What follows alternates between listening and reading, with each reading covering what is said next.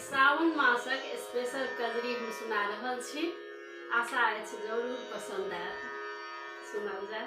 हमारे चैनल के जरूर लाइक करो, शेयर जरूर करो। पारंपरिक गीत ठीक है।